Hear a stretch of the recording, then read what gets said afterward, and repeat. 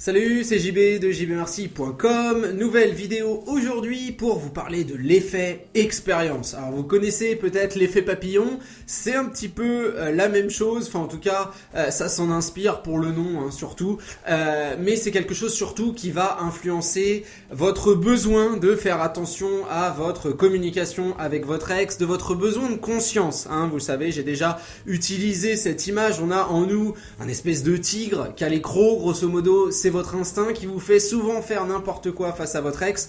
Il y a beaucoup de gens qui vont intellectuellement avoir toutes les bases pour mener une reconquête et puis qui devant leur ex vont complètement paniquer, complètement tout faire de travers, que ce soit physiquement ou même en envoyant des choses qu'on ne devrait pas envoyer. On sait qu'on ne devrait pas les envoyer et malheureusement on se laisse prendre au piège, on se laisse prendre à l'instinct, à l'impulsivité et on fait des erreurs qui remettent un petit peu en cause tout ce qu'on a mis en place pour mener sa reconquête amoureuse. Le problème de la communication, quel est-il? C'est pas les mots que vous employez, c'est pas les images que vous utilisez, c'est la réception de votre ex. Votre ex, quand il ou elle reçoit un message, je vous parle pas forcément d'un texto, je vous parle d'une verbalisation, d'un échange avec vous, votre ex va nécessairement interpréter ce que vous dites. C'est normal, dans tout message transmis, il y a un besoin d'interprétation, on prend ce qu'on veut, on rejette ce qu'on veut moins, il y a des codes sociétaux, etc., qui font que on va comprendre ce que vous dites d'une certaine façon.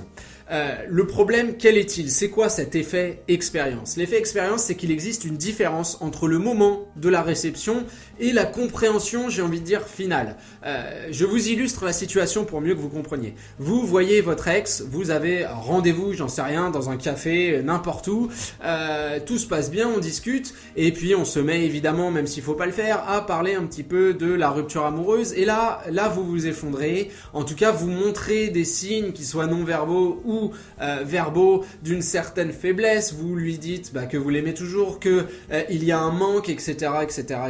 Vous vous dites ouais, c'est peut-être des mots qui vont la toucher ou le toucher et c'est génial. Et votre ex là, à votre grande surprise, sourit, vous dit écoute, je comprends, voilà, c'est une situation qui est difficile, je ne t'oublie pas, quelque chose qui vous donne un petit peu d'espoir. L'effet expérience, c'est quoi? C'est l'inconnu qu'il y a derrière.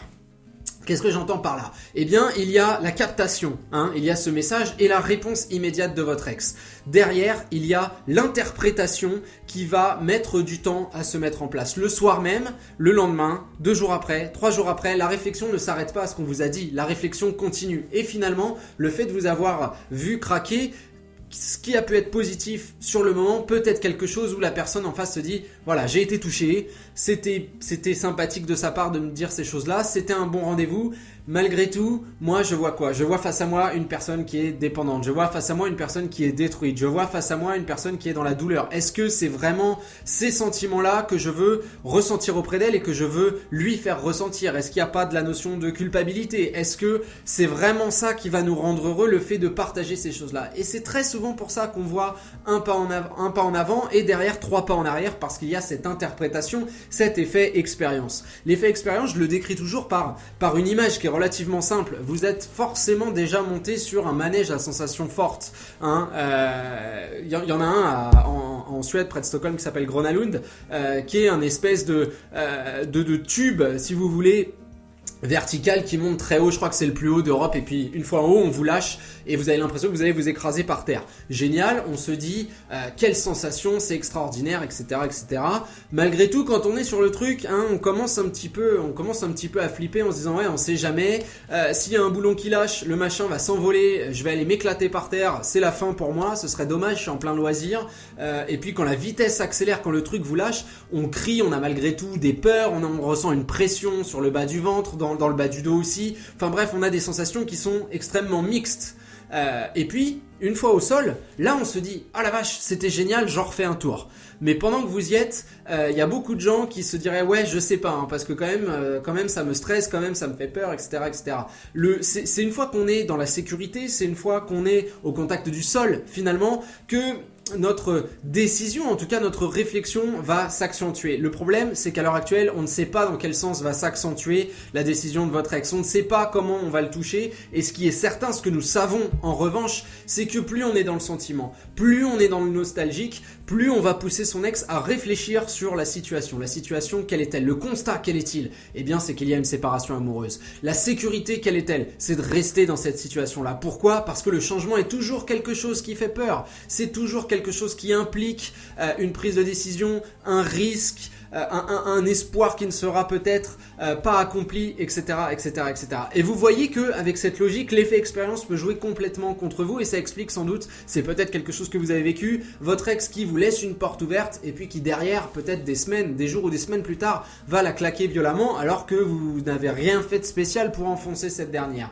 On vous a dit blanc et puis derrière on va vous dire ouais gris puis finalement noir parce qu'on a bien réfléchi entre guillemets à ces choses-là. C'est surtout l'interprétation qui a continué, on vous a peut-être mis une tape amicale dans le dos et puis derrière on se dit que finalement c'est pas qu'on veut pas avoir un contact avec vous mais c'est un contact qui était agréable mais qui implique beaucoup de choses qu'on n'a pas analysé sur le moment, ce qui est absolument normal, hein. On est des êtres humains, on vit aussi le moment, même s'il y a un grand débat autour du besoin de vivre l'instant présent, on a notre côté instinctif qui fait qu'on le fait, on n'analyse pas exactement ce qu'on fait et l'analyse vient après. Et cette analyse peut vous être négative. C'est ça qui me pousse moi à vous dire que si vous avez la chance de voir votre ex lors d'un rendez-vous, eh bien faites attention à justement votre communication. Ne tombez pas dans l'argumentation parce que face à votre ex, il ou elle peut entendre ce que vous avez à vous dire. Il peut même vous dire, oui elle peut même vous dire que vous avez raison, que ça la touche, peut même pleurer devant vous. Ça veut pas dire que derrière vous ouvrez une porte, il y a même plus de chances finalement que vous enfermiez parce que quand on revient dans la sécurité, quand on revient au sol, on se dit ouais mais finalement voilà ça m'a fait pleurer, est-ce que c'est ça que je veux ressentir quoi? Est-ce que c'est un combat, est-ce que c'est un bras de fer et je dois m'avouer vaincu ou je dois gagner? C'est pas cette logique là qui nous intéresse dans la reconquête amoureuse, c'est le fait tout simplement de se dire la vache elle était bien cette attraction et aujourd'hui on n'a plus besoin de parler du pourquoi, du comment, du où, de ce qui a été dit, etc., etc., etc. On a vraiment juste envie de passer du bon temps. C'est ça la reconquête amoureuse, c'est du non-dit parce que plus vous allez en dire, plus vous risquez que cet effet expérience vous explose au visage et c'est vraiment pas ce que vous voulez. Voilà, on en termine là pour cette vidéo. Si vous appréciez le contenu comme d'habitude, vous pouvez le signifier avec un petit like, ça fait toujours plaisir. Ça m'indique aussi les chemins à explorer avec vous ensemble pour mener votre reconquête amoureuse, ce que vous aimez comme contenu. C'est toujours très intéressant. Comme d'hab aussi, si vous voulez vous inscrire à la newsletter, du contenu exclusif dans votre boîte mail toutes les semaines, il vous suffit de cliquer sur un des liens ci-dessous et puis vous commencerez donc à recevoir tout cela dans votre boîte mail. Voilà, je vous laisse là pour aujourd'hui. On se retrouve très bientôt pour un prochain contenu et pensez, l'effet expérience peut vous exploser au visage. Faites bien attention à ce que vous dites. Salut à vous.